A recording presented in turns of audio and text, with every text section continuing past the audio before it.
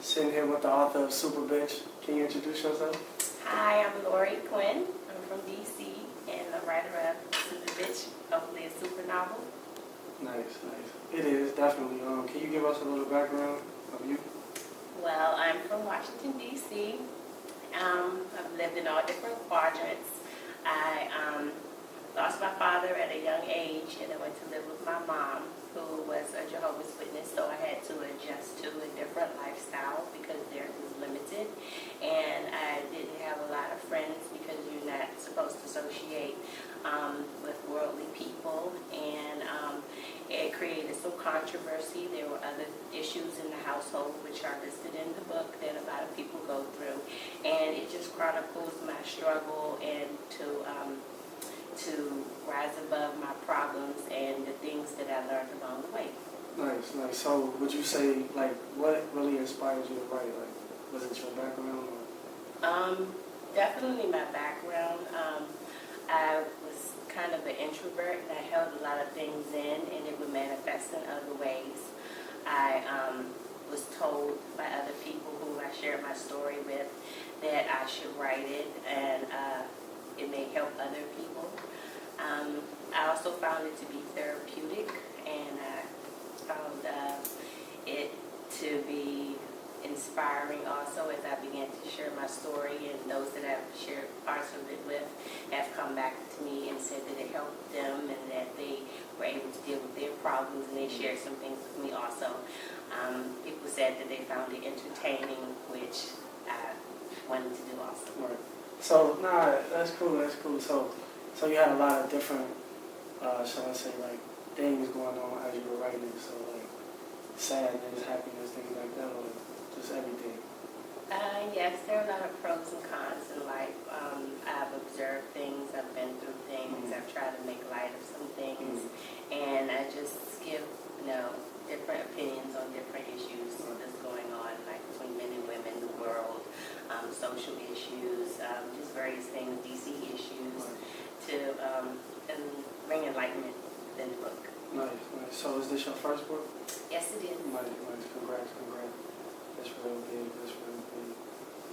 So, what genre would you classify the book in?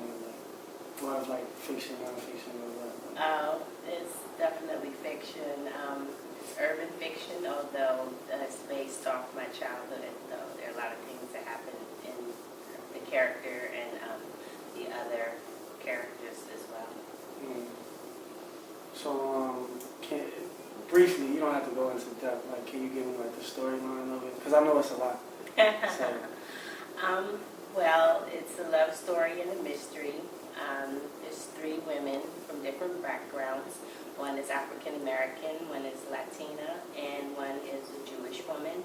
And they have different issues, and they come together to solve their problems. They have a lot of fun along the way. So, like, that's what I was asking too. So it was fun doing it. Oh, yes. Yeah, people don't realize that, like, writing is very fun. Like, besides what you were saying, like, the therapeutic and everything like that, but it's very fun. Yes. Because people think, like, oh, sitting down writing or writing, however you write is boring, but it's not. Not at all. So, what made you come up with the storyline? Besides your history, in the book, like, it was your imagination. Yes. Just a lot of humor in life. There's a lot of tragedy in life, and I just tried to incorporate everything. There's some spiritual things in it. It's about uplifting yourself, and everything is how to, deal with other people. And I just tried to make it fun. I put the pieces of a puzzle together so that it could be understood, and I wanted it to appeal mostly to young people, urban people. The city part has a lot of the ghetto slang, but the characters also know how to fit into the corporate world, so there's the education in that. So I think it's a fine balance of the best of both worlds. I call it half and half. And I've heard that, a lot of our young people don't read. It's easier to pop in a CD. It takes more energy to read. And I've always thought that if you give them something that they're interested in, that appeals to them, that they can relate to, they will read. And I tried to do this. I put some words in there because when you read, you are supposed to educate yourself. When I read, I have a dictionary there too, but it's not, I tried not to make it overwhelming so that they couldn't get a gist of what I was trying to say. And I also wrote it for people who are educated or maybe rural or whatever, so they can get insight into the urban life and understand us better. So I was trying to bridge different gaps. So, as to speak, loose and stiff collars. Right. So I tried to make it entertaining and enlightening for both. That's big. That's big. So basically, would you like tell others to write? Oh, of course. I heard so many people say, "Oh, I have the story." I'm like, "Well, write it down." Yeah. You never know. Just take the time. Sometimes when you're really into what you're doing, as I would start writing at night, and it would be daylight because I was so engrossed and I would like what I was doing. And some people don't want to type, but I tell them there's software. I guess there was for the disabled, whereas you speak into it and the computer will type it. So there's so many different ways that you can get your story out. Or, because, a lot of people say, "No, I have a story, And I can't write everybody's story, so you can do it yourself. We need more writers. We need more interesting stories. Movies are made from stories. We need more stuff, more. People keep telling me that.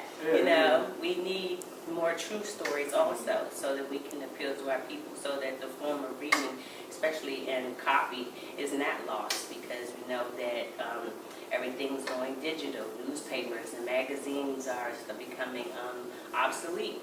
So to save the art form, although you can still read it on Kindle, but sometimes it's nothing like a good book. It doesn't run up your electric bill, That's real. So I agree, though. I definitely agree. It's an art form and all of that. Definitely, I feel like more people should write. Because like you said, they so in tune with audio. Oh, when it gets on audio, I get it then, but then what's the fun in that? You do it all the time. Try to step outside of what you do on the regular. Pick up a great book. Yeah, and I have a song and the rap and the inspiring So we did it poem. all. That's what's up. They need to get that. So if they wanted to get it right now, like for instance, if it was like, somebody else was like, I need to get that, how would they get it? Well, they could go to superbitch.com. That's bitch with a Y, not an I. Or LoriQuinn.com, and there's a link. So also createspace.com. So. That's big. That's real big. I'm so excited for you. Congratulations again. Thank you. So, anything else you want to say? Anything? So, okay, so say if it was a kid that wanted to write, what would you say to that kid? Female. Oh, just start writing your thoughts down. Keep a pen with you. Sometimes I would think of stuff and then forget later. Just don't give up on yourself. Keep everything, organize it. Don't let other people deter you. The TV is a thief. You have to turn the TV off, or you'll find that, there's so many ways to get distracted. Just be focused and organized and just write. Don't worry if it's not perfect. You can always edit it later. Just, give yourself a chance. And it's fun when you can look back and say, oh, I did this. See the fruit of your labor. That's big, man. Super bitch. Lori Quinn, thank you so much. Thank you. Bye-bye.